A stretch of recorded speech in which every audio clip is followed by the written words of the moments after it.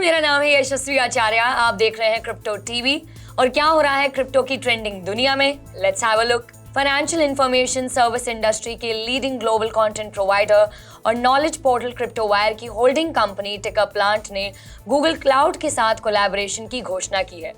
टिकाप्लांट और गूगल के साथ हुई पार्टनरशिप का एम क्रिप्टोवायर इकोसिस्टम को डेवलप करना है, जो कि कॉमन प्लेटफॉर्म पर क्रिप्टो करेंसी और ब्लॉकचेन इंडस्ट्री के सभी स्टेक होल्डर्स को केटर करेंगी। और ये रही आज की हेडलाइंस। इंडियन बैंकर्स और इंश्योरेंस इंडस्ट्री ने अगले बजट में क्रिप्टो और एनएफटीज पर रेगुलेटरी गाइडेंस की मांग की। वेस्टर्न इंडिया में है देश के सबसे ज्यादा इन्वेस्टर्स। 2022 के अंत तक 100 करोड़ से भी ज्यादा लोग क्रिप्टो में करेंगे इन्वेस्ट। जीबीटीसी डिस्काउंट में रिकॉर्ड बढ़ोतरी के कारण क्रिप्टो ट्रेडर तंत्रा ने की बंद होने की घोषणा। क्रिप्टो मार्केट में आया उछाल, बिटकॉइन रहा $36,000 के आसपास। सोलाना नेटवर्क एक बार फिर हुआ ठप, डीफाई यूजर्स को हुआ नुकसान। हांगकांग के बैंक अकाउंट से स्कैमर्स ने लूटे $3.7 बिलियन। बिटकॉइन को लेकर चीन के 61% इन्वेस्टर्स में अभी भी बना हुआ है उत्साह। बिटमेन ने दुनिया के सबसे तेज बिटकॉइन माइनिंग मशीन को किया लॉन्च। ग्रांट थॉर्नटन भारत द्वारा किए गए एक सर्वे के अनुसार bankers, financial services and insurance industry से जुड़े लोगों का एक बड़ा वर्ग चाहता है कि इंडिया आने वाले बजट में डिजिटल एसेट्स पर रेगुलेटरी क्लैरिटी प्रदान करे। सर्वे में फाइनेंशियल सेक्टर इंडस्ट्री से जुड़े 79% लोगों ने क्रिप्टो करेंसीज एंड एनएफटी के रेगुलेशंस की मांग की है। हालांकि ये सर्वे प्री बजट एक्सपेक्टेशन पर रोशनी डालता है। दूसरी तरफ क्रिप्टो इंटरमीडियरीज और इन्वेस्टर्स भी टैक्सेशन पर क्लैरिटी की तलाश कर रहे हैं। डिसेंट्रलाइज्ड फाइनेंस के संबंध में 61% रिस्पोंडेंट्स ने कहा है कि सरकार को टेस्ट एनवायरनमेंट में इसके बारे में ज्यादा जानने के लिए डीफाई के आसपास इनोवेशन के लिए एक रेगुलेटरी सैंडबॉक्स अप्रोच का सुझाव देना चाहिए। एनालिटिक्स इनसाइट द्वारा किए गए सर्वे से पता चलता है कि इंडिया के वेस्टर्न रीजन में बड़ी संख्या में क्रिप्टो करेंसी के इन्वेस्टर्स हैं। ऐसे में मुंबई, पुणे, गुजरात और दूसरे वेस्टर्न रीजन में लगभग 37% इन्वेस्टर्स हैं। इसके बाद सबसे ज्यादा इन्वेस्टर्स 25% के साथ नॉर्दर्न रीजन में है। सर्वे से पता चलता है कि देश के सदर्न रीजन में डिजिटल एसेट्स को लेकर सबसे कम दिलचस्पी है। हैरानी की बात यह है कि सबसे ज्यादा महंगी क्रिप्टो करेंसी होने के बावजूद आधे से ज्यादा लोग बिटकॉइन में इंटरेस्टेड हैं। हालांकि दूसरे अल्टरनेटिव कॉइन्स में इंडियंस की दिलचस्पी इथीरियम में 15% और डोज कॉइन में 10% देखी गई है। इंडिया में 66% क्रिप्टो करेंसी के इन्वेस्टर्स की एज 20 से लेकर के 40 साल की है। Crypto.com की रिपोर्ट के अनुसार 2022 के अंत तक ग्लोबल क्रिप्टो यूजर्स की संख्या 1 बिलियन तक पहुंच जाएगी। बिटकॉइन को लीगल टेंडर के रूप में अपनाने में एल साल्वाडोर के एग्जाम्पल को फॉलो करते हुए टेस्ला और मास्टरकार्ड जैसी कंपनियां क्रिप्टो पेमेंट बैंडवैगन में शामिल हो रही हैं, जिससे ग्लोबल क्रिप्टो पॉपुलेशन में बढ़त होगी।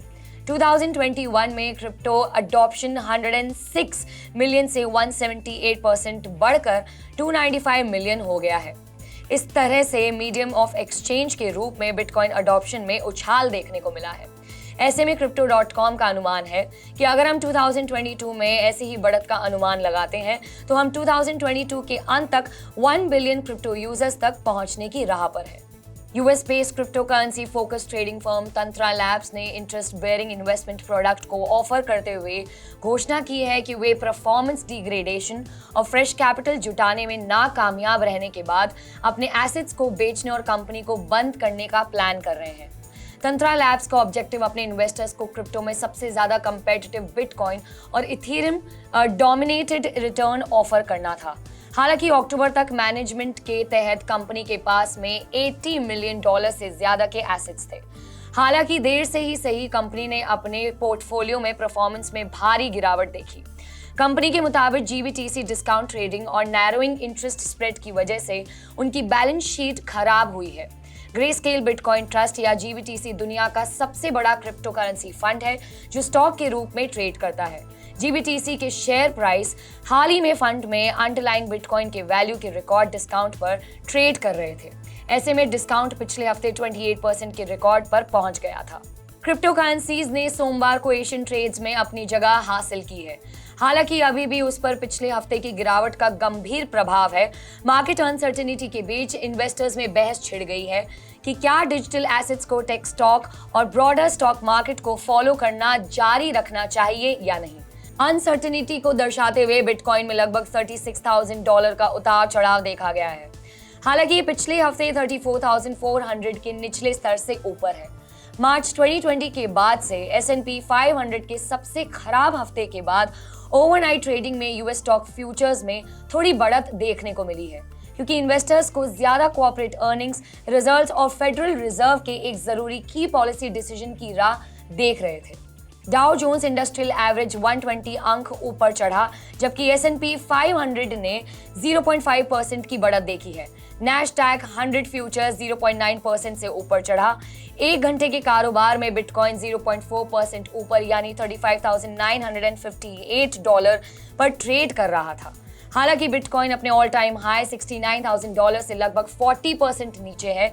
पिछली गिरावट का ड्रॉ डाउन जुलाई में था, जब BTC अपने पीक से लगभग 50% गिरने के बाद $28,000 के पास बंद हुआ था। इस तरह से ईथर 0.4% की गिरावट के साथ $2,494 पर था। ओवरऑल क्रिप्टो करेंसी का मार्केट कैपिटलाइजेशन 1.8% से बढ़कर $1.75 ट्रिलियन हो गया है। पिछले कुछ महीनों में सोलाना नेटवर्क को कई समस्याओं का सामना करना पड़ा है, लेकिन शुक्रवार को नेटवर्क में सबसे ज्यादा खराब स्थिति देखी गई, जिसमें यूजर्स लगभग 48 आवर्स तक प्लेटफॉर्म का उपयोग नहीं कर पाए थे। ब्लॉकचेन पर DeFi यूजर्स को 48 आवर्स में हेवी लिक्विडेशन का सामना करते हुए नेटवर्क आउटेज की वजह से भारी कीमत चुकानी पड़ी थी।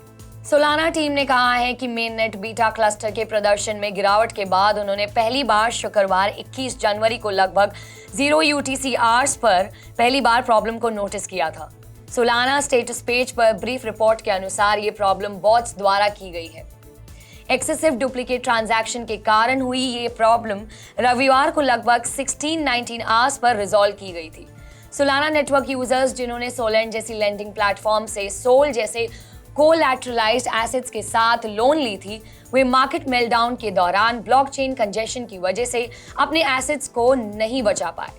पुलिस के आंकड़ों से पता चलता है कि पिछले 4.5 साल में लोकल बैंक अकाउंट्स और क्रिप्टो करेंसी वॉलेट के माध्यम से हांगकांग और विदेशों में 10,000 से भी ज्यादा लोगों को टारगेट करके स्कैमर्स ने करीब $3.72 अरब या $29 अरब की लूट को अंजाम दिया है। पुलिस ने कहा है कि उन्होंने 31% क्राइम प्रोसीड्स या लगभग हांगकांग डॉलर्स में $9 बिलियन को इंटरसेप्ट किया है। दरअसल जुलाई 2017 में फंड्स को ट्रैक करने और न्यू टैक्टिक्स को अनकवर करने के लिए एंटी फ्रॉड स्क्वाड को सेटअप किया गया था। हालांकि इंटरनेशनल फ्रॉडस्टर्स बाकी हांगकांग डॉलर्स 19.94 बिलियन को अपने पास रखने में कामयाबी हासिल कर चुके हैं। And in other news, crypto wire ने भारत के सबसे पहले क्रिप्टो करेंसी इंडेक्स को, जिसका नाम है IC15 को लॉन्च किया है। क्रिप्टो वायर एक ग्लोबल सुपर ऐप है जिसमें क्रिप्टो टीवी चैनल भी शामिल है, यानी कि हम।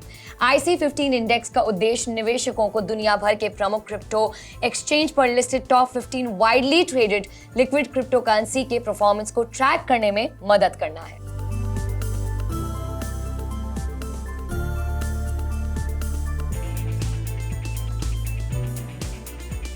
ये थी क्रिप्टो की दुनिया से ट्रेंडिंग खबरें। मेरा नाम है Yashasvi. Have a really good day और do not forget to like, subscribe और हिट कीजिएगा बेल आइकन अगर जानना चाहते हैं कि क्या चल रहा है in the world of crypto and blockchain technology.